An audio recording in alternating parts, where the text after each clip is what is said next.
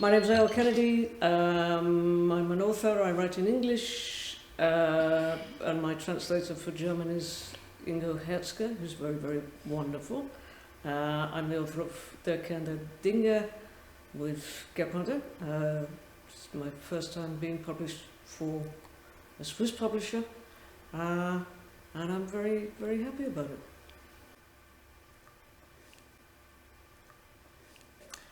In your book, Der Kern der Dinge, there are two parts. A non-fictional, very factual part, and the fictional part, a fable about the town of Wagon Hill sinking into dullness and fascism. Both parts are very skillingly tied together. What attracted you to the idea of writing a fictional and non-fictional text parallel? And what did you enjoy the most, and what was the biggest challenge in doing so? Ooh, it's a very big question. Yeah.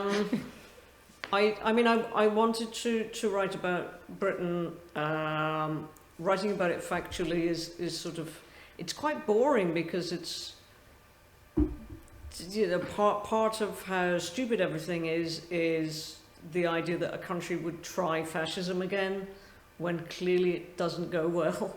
It's like America doing the Civil War again. It's like, you want to lose again? It's this obsession with things that have lost and done horrible things in the process and been about horrible things. It's like this murder-suicide pact. Let's do murder-suicide. No, let's not.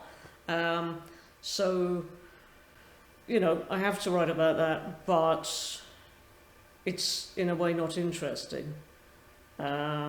And looking at it metaphorically, I think, is the more timeless way, and that's to do with writing fictionally. And I wanted to write about writing. Obviously, when you have a swing to the far right or, you know, the far left, and they come round and they join each other, the arts get censored and removed and controlled and whatever. So I wanted to do something that was creative and fictional and talk in the factual part about why you write fiction and why they're both valuable and why they're both a way of writing about reality and why there's a density and a power to fiction. And I wanted to write a fable because in a way that's the most powerful form of fiction. If it's really a fable, a fairy story, there was something like,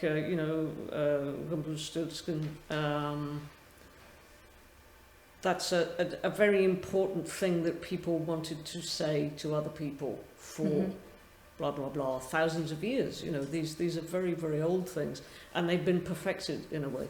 So you're trying to write from scratch something that seems to have been perfected by generations of people.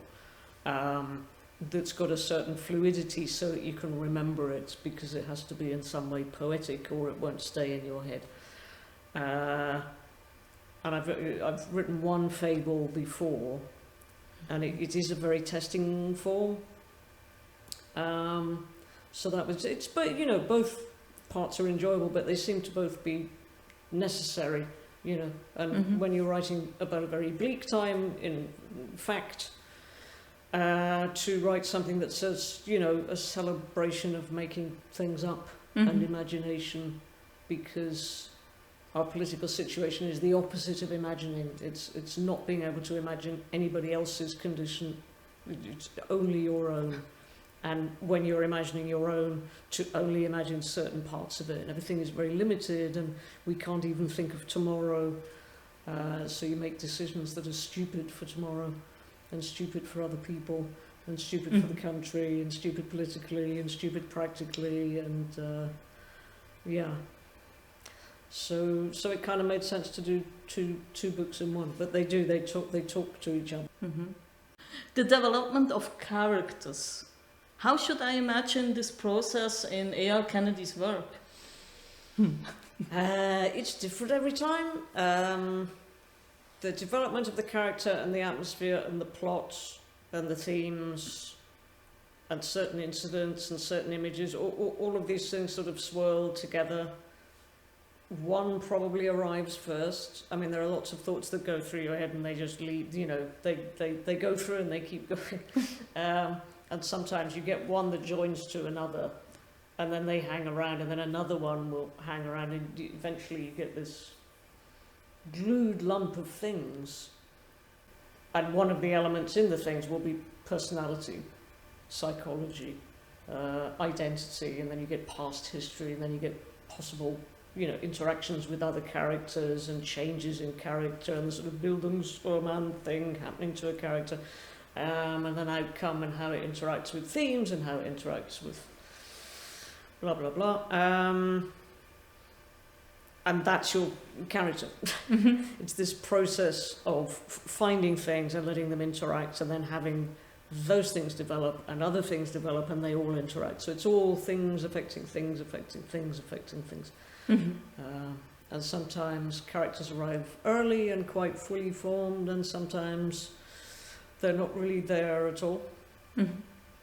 It's quite variable. And the landscape in the fable is probably also a character.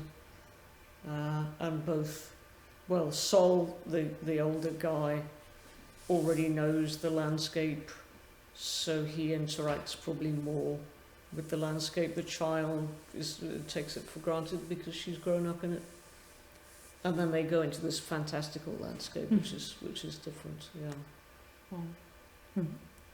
Thank you. The non-fictional part, you already mentioned it, is also about the writing process, but also about rewriting and having to start over again. Sure. So, what makes a good text for you? And when are you really happy and satisfied with a chapter you wrote or a sentence you found? Never. You just abandon something as being as finished as you can make it, while being you in the present moment. It's not finished. Nothing is finished. You just eventually, it's okay. But you're looking for musicality, you're looking for something extraneous to not be there, you're looking for everything that somebody who isn't me would need to be there to understand. You're looking for it to be rhythmically correct, poetically correct. If it's supposed to be funny, it should be funny. Whatever it's supposed to be, that it should be the most that it could be.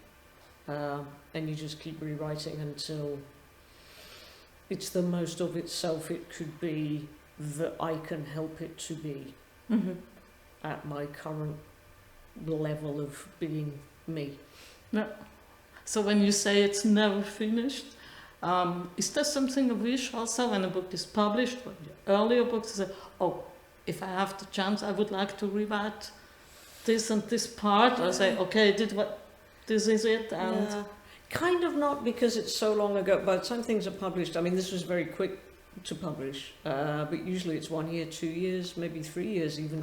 The English cycle is so long now, it might be 3, 4 years. Cheetahs are fast. You're, well, you're on it like a gazelle. But usually it's very long ago, and the reason that you had the idea and how you developed the idea is even further ago, and it was the idea that you had because you were you and then was them. And so you look at it again. I mean, I might read something again and think, hey, you know, yeah, that's not very good. The early stuff, like the first book of short stories or something. But there's nothing I can do now, you know. I can't do anything about it. So you don't really want to go in and rewrite it. It's more that you want to write something better. So, something new and fresh. Yeah, I see. Yeah. So you have a translator, Yes. Ingo Herzke. Yes. Who is your German voice? Yes. One can say. Ingo is great. The thing with Ingo, he was in a sort of A.L. Kennedy fan club, is how it gets put.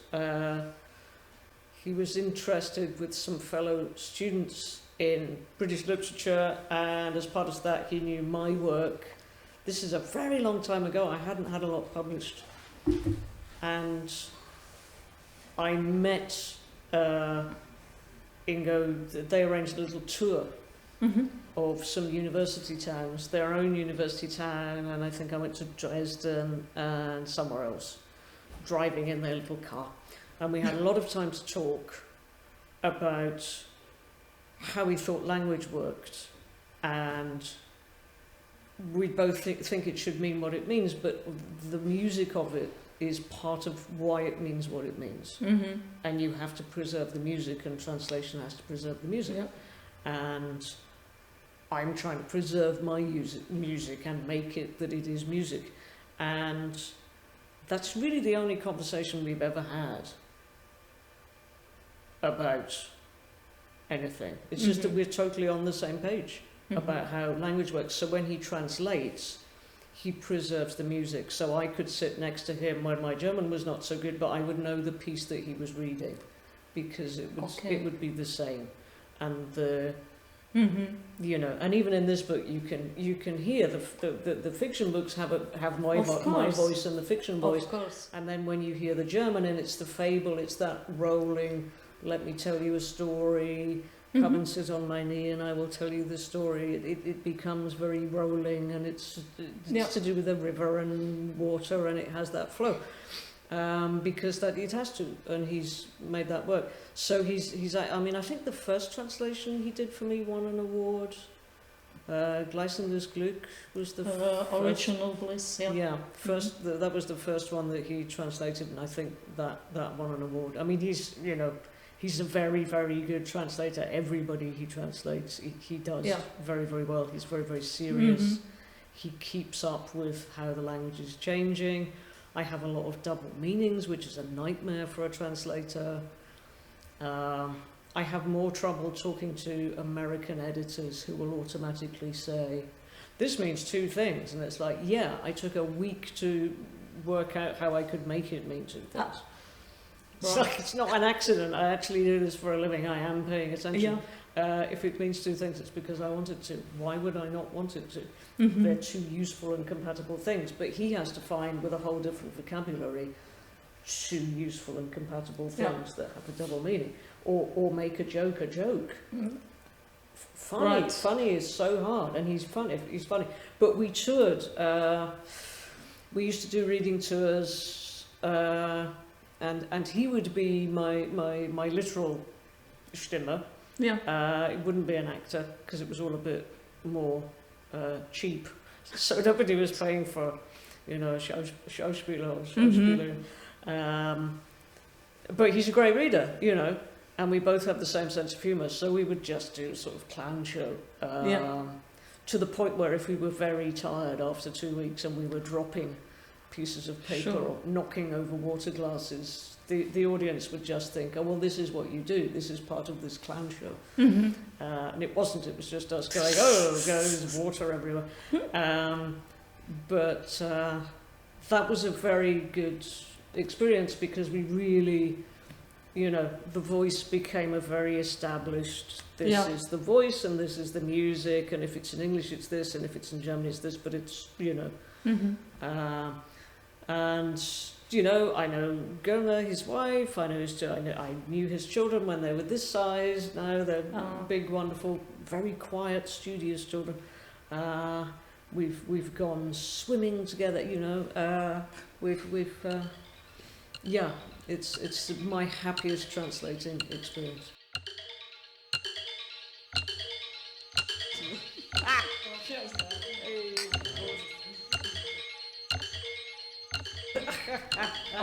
Yeah. So do you want me? I can start now. Yeah. Yes. Now, as soon as you're ready.